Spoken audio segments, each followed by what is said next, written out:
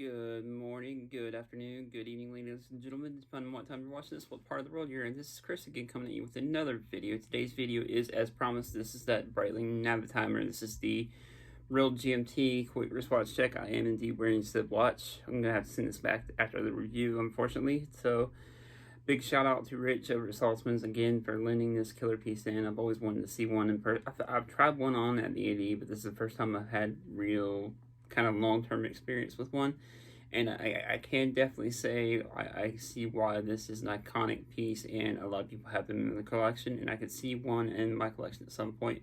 Now, not necessarily this particular model, but I do like the blue dial, the regular blue dial chrono, the non-GMT.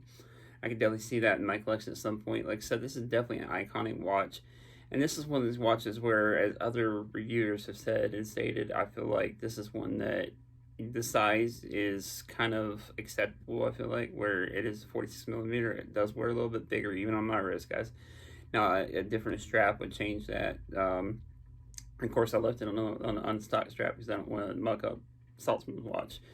But again, like I said, this is definitely an iconic watch, and I can see why so many people rant and rave about these watches, and I will definitely add one to the collection at some point. Now, you also have seen a quick wristwatch check, what it looks like on my wrist outside, and I do apologize if you hear the neighbors playing basketball. The kids were outside playing basketball over in the neighbor's house, so you may have heard that outside. I apologize for that, and in the end, I will also show a loom shot, as this is a Palace watch. It does have a pretty good loom, guys.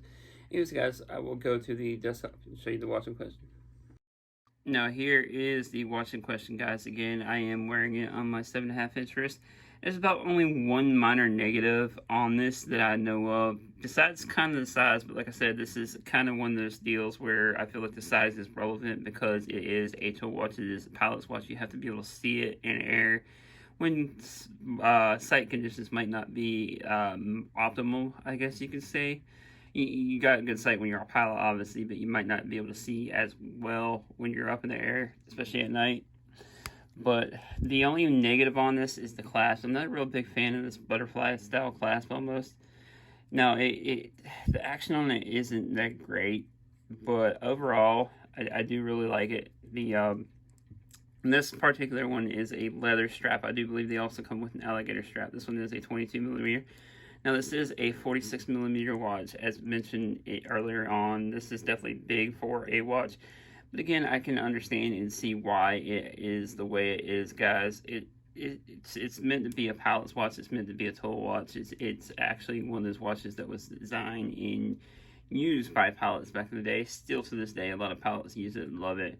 I believe even Travolta is a big Breitling Navitimer fan. He's got his own plane, as many of you guys probably know, and I do believe he wears a Navitimer. I don't know if he wears a real GMT, but I do believe he wears a Navitimer. But, of course, he is a Breitling ambassador. But, again, this is the 46 millimeter version. I do believe it is a 52 millimeter lug, so it doesn't wear it too bad overall. Not an overly thick watch, guys. You can see the posters here at the 2 o'clock and the 4 o'clock. You got the crown here. Of course, you pull once and it sets the automatic GMT hand. You see the red GMT hand. This is a pretty cool color combination with the red and black. It kind of works together. You can see the GMT hand pretty well. And then again, you pull the second out to set the actual time, your current time. Now, this one right here is the pusher. You pull it out, and it is bi-directional. It is slide rule bezel, guys, which is pretty cool. I'm not even going to pretend to know how to use that because I'm obviously not a pilot. But a lot of pilots, I do believe, use it, correct me if I'm wrong, to calculate their fuel, calculate how much longer they have left in the air before they need to be refueled, this, that, and the other.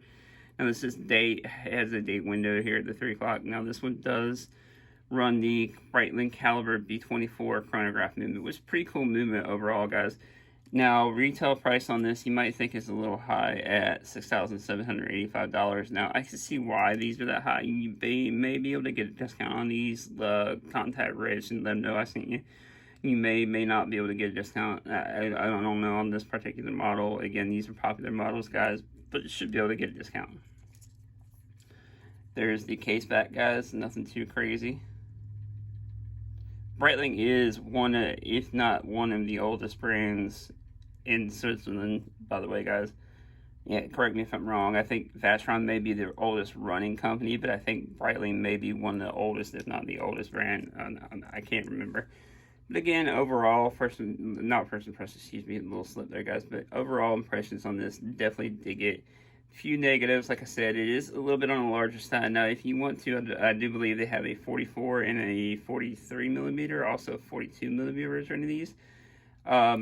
Correct me if I'm wrong down there, guys, but they do have smaller versions of these. If you, even on smaller wrists, I've seen Tim also from Watchbox do a review on these, and his wrist pretty good. He's got a smaller wrist, smaller than mine, guys. But overall, like I said, definitely really impressed with this one, and definitely will add one of these in the collection at some point. Of course, not right now, but at some point I will probably add the Blue Dial, the non-GMT chronograph. Just it's such a classic, iconic piece. This rates up there with the Zenithal Primero I had as far as chronographs and the Speedy. I would have to say, and it's definitely one. If you don't buy it, you definitely should at least experience it. Go try it on in your local AD if you can, guys. It's definitely a killer piece, killer iconic piece. There you can see the Breitling logo, the flying bee. Overall, pretty cool, and like I said, as you know, I am a Breitling fanboy. I'm not ashamed to admit it, guys. Definitely a great piece, and thanks again to Rich from Saltzman's for lending this killer piece out. Look for more collaborations in the future with him, as well as some other places, guys. And let me know what you think down in the comments. Do you own a Navitimer? Have you thought about adding a Navitimer? Is it one of your girl pieces? And if you haven't already, please like, subscribe, hit that notification bell, as I do come out with video reviews, topic videos, and live streams on the daily, guys.